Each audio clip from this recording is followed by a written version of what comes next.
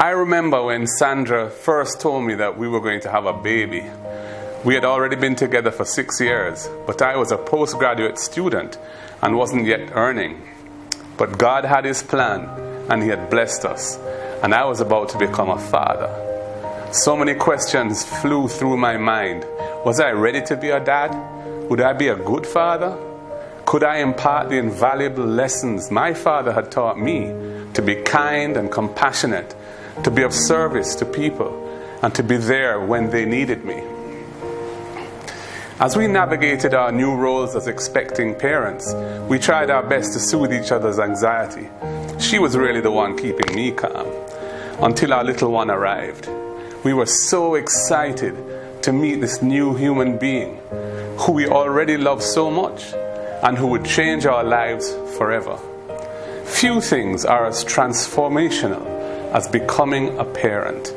There's no feeling like seeing your own child for the first time and holding her or him in your arms. There is nothing as sobering as knowing that they are depending on you to nurture, support, guide, and protect them. And no experience is essential and as meaningful as loving, teaching, and learning from them. Raising my 3 children has been the most important task of my life. To my partner in life, Sandra, thank you for choosing me, and thank God for blessing us with 3 beautiful children.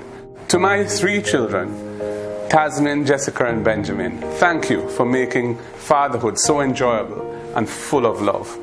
And to my father, God rest his soul, thank you for your unparalleled example, for imparting to me your philosophy of living and the sense of obligation that underlies it, and your fatherly love. To all fathers across Jamaica and around the world, happy Father's Day, and the best to you and your families. Being a father is one thing, but being a good father is the most important achievement that any man can aspire to. I celebrate all the good fathers in Jamaica who look after their families and put them ahead of their own needs. Happy Father's Day.